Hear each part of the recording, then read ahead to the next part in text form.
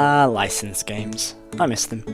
Yeah, I know we're getting a few here and there now, but I guess I kinda miss the era of licensed games and tie-ins taking over the world like a disease. Except no one died because of it. I hope.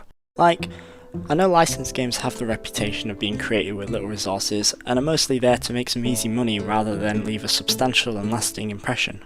And to be honest, with the amount of games that have had low budgets, irrelevancy to the source material, or that are just plain bad or boring to play, it's a well-earned reputation. However, this isn't the case for all. One thing that licensed games like to do is copy the format of an already existing popular game. When this is done right, it can result in a terrific game that not only serves as something that sticks with us and we can revisit, but I feel that with some games that clone their chosen formula so well, it can be seen as an extension of that franchise. Something that definitely helps me when I finish a game, but I want more of that style. Wanna play more Spyro? Muppet Monster Adventure's got you covered. Smash Brothers? Nickelodeon All-Star Brawl is here. Power Stone? Don't worry, there's Tom and Jerry War of the Whiskers. And there's one very unpopular and obscure TV show that had quite a few standout games on the PS2. These are the games for The Simpsons, which to be honest I wish I kept making more games for rather than episodes. And with good reason too, because these games are pretty great. Seems like in the PS2 era they really wanted to reintroduce some confidence to the market about their games after the disaster that was The Simpsons Wrestling, and the lukewarm at best reception of the games beforehand. So without further ado, let's take a look at one of these games. First we have The Simpsons Road Rage, developed by Radical and published by EA. And no, this isn't a game about counselling for your grumpy granddad who yells at everyone on the road and the sky above before he charges through a car wash. It's a taxi game where you have to drive like crazy to find crazy passengers in your taxi and then take them to their destinations in your taxi. That's crazy. What was the name of the game it's knocking off called? Oh yeah, the taxi that couldn't slow down. The Simpsons Road Rage has a simple premise. Mr. Burns takes over buses, fills them with nuclear power, and everyone, not wanting to end up like Marie and Pierre Curie, start their own taxi service to raise enough money to buy the buses back. As you keep earning money throughout the game, you unlock more characters and maps to play with. There are a lot of characters to choose from like Homer, Otto, Frink, Homer with a new hat, and Snake. They all have their own unique cars, albeit they all control the same, so just pick your favourite, choose a map and zoosh off, delivering the folks of Springfield to their locations. The game is very easy to pick up. Simply drive to a marked person, take them to where they want to go in their allotted time, receive money based on how fast you were with the occasional bonus objectives such as avoiding traffic. You get extra seconds for your game timer based on how fast you are at delivering passengers, as well as destroying Mr. Burns' bus stops. Mr. Burns and his nuclear buses will try and run you off course every so often too. If you want to chill out and explore Springfield, there's a practice mode, which is pretty neat considering that this was the first 3D game version of Springfield, and there's lots of little details in different districts of Springfield to spot. There's also a mission mode, 10 challenges that are very simple tasks, such as drive into 10 objects or deliver a passenger. But man, some of these time limits are so strict that you're going to be doing these a lot if you don't figure out a route. I mean, look at this time, I feel like I shouldn't be down to milliseconds for something like this, and it's all for an extra Homer car. I'd rather pay the $82,000, but I don't have that much money, so I guess I'm just going to have to do the missions. Tippy tip, if you want to speed up the process of grinding money, just grab a passenger from the alley opposite Smithers' apartment, take them to Smithers' apartment, and repeat until you have enough money to make Burns grudgingly accept. Oh yeah, there's a 2-player mode. Compete with a friend to deliver the most passengers. There's only one passenger at a time, but you can steal your opponent's fare by ramming into them. It's a nice little distraction, but not much more than that. Now, if we were to compare the game to Crazy Taxi, the most obvious thing would be the similarity of the gameplay, and while that is true, there are some significant differences between the two. For one, Road Rage has more characters and multiple maps. It also has more charm thanks to a more established world from the TV show. Everyone has something to say in Road Rage, and their little comments and quips will keep you better entertained on the road. This is the greatest moment of my sad life! Crazy Taxi, however, has more complex driving mechanics, which I think are a bit more rewarding when you're able to pull off a move such as a crazy boost or a crazy drift. If you want a thrill and test your skills on the road, go with Crazy Taxi. If you want to have a laugh and play something more casual, go with Road Rage. That's what I like about licensed games, they're usually a more casual version of another game that helps ease you into the genre. It's worth mentioning that unfortunately Sega were not too keen on the yellow-faced imitation of their game and won a lawsuit regarding this. They also copyrighted the style of game, hence why there haven't really been many more attempts at copying this. Simpsons Road Rage is good. Good, not great. It's a fun Crazy Taxi clone with a bit more variety and the added bonus of familiar characters and settings. One thing I forgot to mention though, the load times are so long. So long in fact that if you played the game on release day, Simpsons Skateboarding would have come out before your first Road Rage session had started. So let's talk about that game. Simpsons Skateboarding, developed by the Code Monkeys, and published again by EEE. is a Tony Hawk's Pro Skater clone, and not a nice one. Although I'd say rather than being a clone, I'd say it's more like a stormtrooper with how much it misses the mark. One would think after Road Rage being so decent, skateboarding would perhaps be a good game too, right? No. While the driving games are solid and deliver a fun experience, Simpsons Skateboarding is not like this. It's one of the bad imitations. This game is very half-baked. Like compared to the other Simpsons games, this is just The Simps. If it isn't The Simps! Which is a massive shame considering how well skateboarding and The Simpsons go together. I mean, look at Bart. Homer used this board once. I would summarise the story, but that was already done by the blurb on the back, which is the only exposition and introduction to what's going on. No cutscenes, nothing at all. Basically, there's a skate tournament, and there's a Springfield, and then the tournament happens at Springfield, and so everyone competes to win about as much money as you get for first prize in a Smash Brothers tournament. Are you a bad enough dude to break all your bones and mail them in for some serious cash? We'll make you richer than you are healthy. So yeah, not much story to go by in this one, which is a shame, but that is par for the course for most sports games. If you were expecting a Pro Skater ripoff, too bad. This one feels more like the Underground games, except instead of having a big fat green guy, there's a big fat yellow guy. There are 3 different modes within the campaign, and completing them will give you money for stat upgrades, as well as characters and locations. Skill School is like a tutorial area that gives you moves to perform as tasks. Skatefest is an open area with different objectives to complete, normally with an annoying timer whose ticking is more intrusive than it needs to be. And Time Trick Contest, which is a challenge to get a high enough score in an allotted time. Skatefest is probably the only interesting one. While I haven't beaten this game, I have seen that the only thing you get is a congratulations message, which just shows how much the game feels like it's missing something. Playing the game feels like a bit of a chore. The controls are pretty much the same as Tony Hawk, although it's a bit more clunky. If you're just skating around, it's not too bad, until you reach an incline, but doing tricks is so awkward, pretty much grinds are the only thing that feel fun to do, and that might be because the balance meter resets every time you start a grind, making chaining them very broken. The locations, I think, are, from a map layout standpoint, pretty alright, and have distinct sections. The problem is how the locations are populated. Either they feel a little bland and empty, and a bit basic in design, like the buildings in the first level. There are some nice references to the show, mostly in the form of copy and pasted billboards. Kent Brockman reads out the moves you do, and Skinner berates you for bailing. Nose grind. Nice 5-0 grind. You can't blame that on your parents. Meanwhile, your character will say some cheesy lines. Some are okay, but most are in the Hello Fellow Children League. I'd like to join your wicked and happening gang. I will say though, I do like how the characters' mouths move when they speak. Killer move! It's a small detail that can go a long way.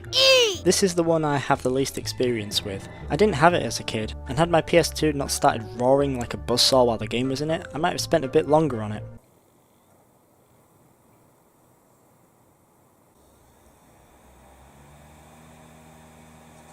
I've heard of shredding while skateboarding, but this sounds like it's shredding my disc. Maybe my PS2 was just trying not to throw up at how ugly some of the characters look in this. Like Marge's hair looks like a blue cat tunnel, and I'm pretty sure Homer must have broken too many of his bones to get into that pose. This game definitely feels like it was programmed by monkeys, because it's definitely the blurst Simpsons game to play. It didn't work when they got Big 8 Productions for Simpsons Wrestling, so I'm not sure whose idea it is to go back to the zoo to find game developers. All right, let's get you fitted for your new job. I am liking the learning of English! But is it one of the worst PS2 games? I don't think so. Maybe it's because I just didn't play it at the time, but now it kind of feels like one of those games you can just laugh at because it's not too great and you can still enjoy yourself as long as you don't play it seriously. Of course, that wasn't intended by the developers, so I can't say it's earned this praise, but I can imagine this game is more fun in 2-player, a mode I didn't go on because I wanted to keep all 2 of my friends. One small thing I think would have helped this game would be having better presentation. A lot of things happen in this game without any pizzazz. Receiving and completing tasks grants very little fanfare, whereas Tony Hawk would shove its congratulations in your face. Simpsons Skateboarding makes you feel like you're playing a text adventure on an Amstrad. I guess 4 small wheels just didn't suit the Simpsons well, so they went back to bigger wheels with the Simpsons Hit and Run. Simpsons Hit and Run, often abbreviated to SHAR, developed once again by Radical, but this time published by Vivendi, who were known for rushing out Spyro and Crash games too quickly. I first heard about Hit and Run when I was talking about Road Rage at school, and a friend of mine said, "There's a new game like Road Rage, but you could get out the car." And I was like, I have to get this! I remember when I got this game for my 8th birthday and saying to my parents, "Good thing I'm 7+ or the police will get me." I put the game in and then massively panicked to the first loading screen, not seeing the word loading and mistaking Scratchy for Snowball 2. I ran to my friend like, "What do I do? What do I do?" And he was like, "That's the loading screen." Now while you ponder over whether I was dropped as a child, I'll tell you that the Simpsons Hit and Run is a Grand Theft Auto clone, and a phenomenal one at that. You control Homer, Bart, Marge, Lisa, and of course, Apu, around the different areas of Springfield, either on foot or by car as you complete missions, drive around freely to explore, or just do a Matt Groening and kick the crap out of Marge. The main missions of the game usually have certain kinds of objectives, such as destroying another vehicle, collecting items on the road or from other cars, and racing, following, or avoiding someone, most often under a time limit. There's a good variety of objectives, and the way that they are implemented never makes them feel repetitive, except for maybe the last few missions of level 7. And if you're struggling to find success, the game will give you the option to skip a mission so that you can still progress with the story. Along with the main missions, each level has a bonus mission, 3 races, and a whole load of collectible doohickeys. Most notably the coins. Coins are used in the game for buying costumes and vehicles. These coins can be collected by destroying the 20 ROS cameras scattered around in each level, winning wager races, and smashing everything in your path. There are also gags to find, as well as collector cards, which each reference something from a Simpsons episode and have their own bio, and collecting all of these will reward you with a bonus Itchy and Scratchy cartoon. Instead of a wanted level like in GTA games, there's a hit and run meter, which fills up the more you crash into things and kick stuff, cease vandalism and the meter depletes, with the depletion rate decreasing as you progress further into the game for added challenge. Once the meter is full, you are swarmed by the most competent of Springfield police until they catch you and fine you, or you can escape them for long enough for the meter to run out. Tippy tip, going inside will make the hit and run meter drop rapidly and lose anyone pursuing you immediately. Also, if you mission select during a hit and run, the police won't spawn until the meter runs out, and then it behaves normally again. The controls are really simple and intuitive, and very tight. Driving is a dream, even the cars with the lowest stats still feel fun to steer. The on-foot controls are nice and simple too. The controls tutorial is skippable, and there are useful button prompts that are anything but intrusive. Now the story of the game is pretty simple. There's a new version of Buzz Cola in town, but who cares? Homer and Bart do some wacky shenanigans in Springfield for a couple of days, and then suddenly, aliens. With Bart missing, Lisa goes to look for him, and finds him with his brain warped. Marge then decides to investigate and discovers there's a connection with the new cola to Bart's abduction. Apu, feeling guilty for selling the cola and wanting some karmic realignment, also goes to investigate and finds the source of the cola. Kang and Kodos, who plan to use the special Buzz Cola to drive the citizens of Springfield insane and destroy themselves, just so they can get a quick ratings boost for their TV show Foolish Humans. With Apu chickening out, Bart goes to stop their plans. After succeeding, the aliens feed the cola underground and awaken the dead, coincidentally on Halloween. Homer then finds a way to destroy the alien ship by sending up some toxic waste along with any chump not able to get out in time. The aliens die, Homer becomes a hero and an intergalactic celebrity, and Kang and Kodos' show is a success. Everyone wins. And that's the end of that chapter. The Simpsons Hit and Run is not just one of the best licensed games ever, but one of the best PS2 games as well. The level of detail and vastness of each environment is truly incredible.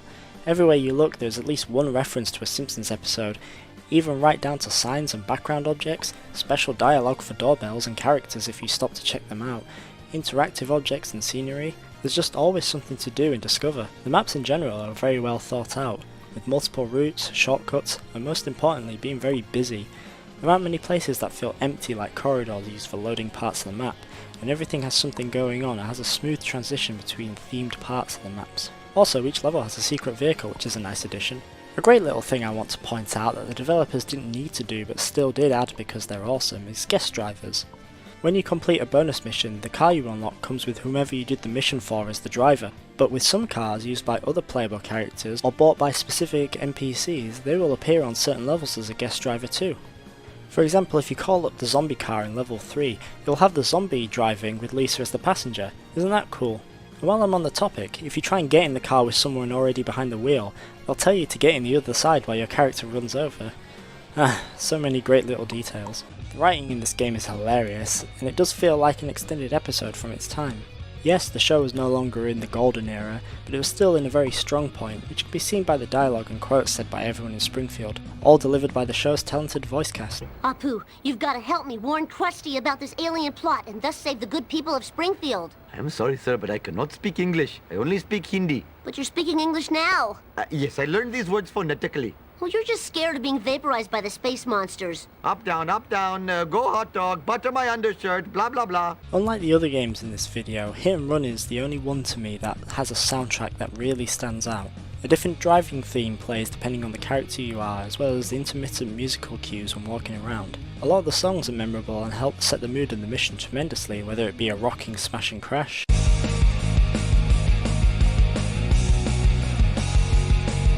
a triumphant race,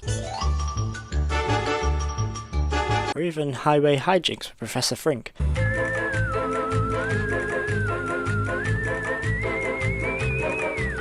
Sometimes I like to listen to the tunes of the game while I do whatever it is I do in my pitifully mundane life. If there is one thing to criticise about the game, I'd say some mission objectives could be better conveyed, because sometimes the objective given can be impossible or confusing. This was most apparent on the last mission.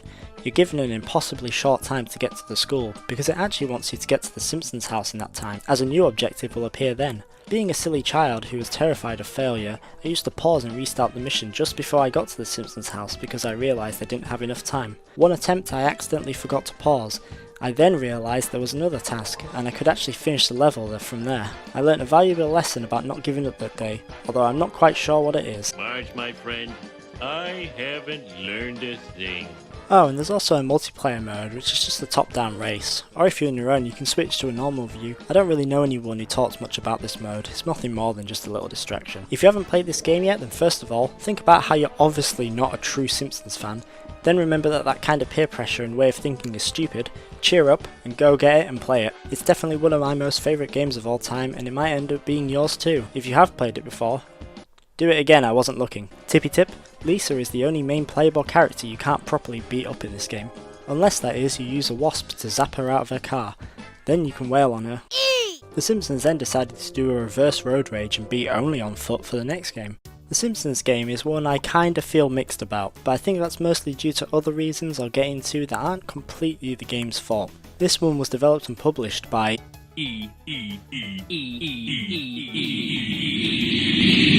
and it isn't an immediate copy of another game, being more original in its design and mechanics. Like a lot of licensed games from its time, it's a beat 'em up platformer, but with one important difference. Each character has a unique set of abilities that ties in with their traits and established personality from the show. Homer's a fatty, so he can turn into a bigger blob than usual. Bart's dug his Batman costume from that 90s grave and can glide now. Lisa forgot what she learnt when she became a vegetarian and forces her religion on everyone with the hand of butter, and Marge nags everyone to do her bidding. Oh, and Megaggy crawls in vents. Well, it makes more sense when she does it as opposed to Solid Snake. Everyone has more abilities than just that, referencing other character attributes and moments from the show, such as Gummy Homer from that one Treehouse of Horror, Lisa with her sax, Bart having the ability to climb. Wait, that one doesn't sound as interesting. But to be honest, looking at how Homer climbs, I guess it would be a special ability in comparison. There's also a special attack, which I don't really recall using much, so all I can say is, it's there. The basic story is that Bart finds a manual for the game itself, realising that he and the rest of the family have special powers. The Simpsons then abuse these powers for their personal gain, and then try and save Springfield when it's attacked by dolphins, aliens and donut mascots, all of which are references to Treehouse of Horror episodes. The family then go to find a higher power to stop the invading creatures once they realise they're not strong enough, and traverse a game world to reach Matt Groening, who is basically like, Nope. They then go to God, who just challenges Bart to a DDR match. Bart wins and we get a Silent Hill ending except with Ralph instead of a dog. I would say this game is fine. It's not as amazing as Hit and Run, but it's still decent. The gameplay is pretty alright. Just fighting hordes of enemies can be a bit repetitive, and some platforming parts can be a little finicky. I don't like the Lardla level because of the awkward helium Homer controls, and a bit more depth with combat might have helped, especially since some characters' abilities are much more useful than others. Having a better variety of moves might have helped with that. And I don't know if this is a common thing with people, but I really struggle with rhythm games when the prompts don't come in at the same angle as the buttons. Like the mismatched positioning just throws me off. This boss wasn't a fun time. It stinks and I don't like it. From what I can tell, the Xbox 360 and PS3 versions have a bit more content than on PS2, so maybe for the full experience try them. I don't know. Oh, and if you want, you can ask a friend or force a family member to play with you in co-op anytime. What is quite neat about this game are the little bits of polish to the presentation. Most of the cutscenes are animated like the show, Character costumes changed to match the level aesthetics. There's even a special checklist of video game cliches that you tick off by performing them. Some jokes in the game are pretty funny too and call back to older Simpsons. I will say I feel like appearance-wise this game is a step down from Hit and Run. The Simpsons game uses a more cel-shade art style to try and better give a cartoon feel than previous games. And while I feel like this works well with the environment, a lot of the character models are pretty ugly and look like they were ripped straight from the Simpsons wrestling. I think what I find most off-putting about the game is the fact that it's a stark reminder of what I don't like about the Simpsons from that time. Because the game was trying to feel like an episode from 2007, at which point the quality of the show in my eyes was quite low, its humour especially didn't resonate with me. Now I don't want to get into the nitty-gritty about my thoughts on what I don't like about the Simpsons as a show in this video, but the 4 celebrity cameos, unimaginatively obvious parodies, and very on-the-nose references to popular culture was a nice surprise initially, but took me away from the experience when I remembered this isn't just the game but the show's like this too. But of course I think that's a bit unfair to blame the game for that completely, so I'll put season 8 of the show in the naughty corner instead. Overall, this one quite didn't do it for me, but I think that's more down to personal preference, and let's be honest, nothing was going to beat Hit and Run. Oh, and a final tippy tip. The theme for the Simpsons house has also been used as background music for the UK Apprentice.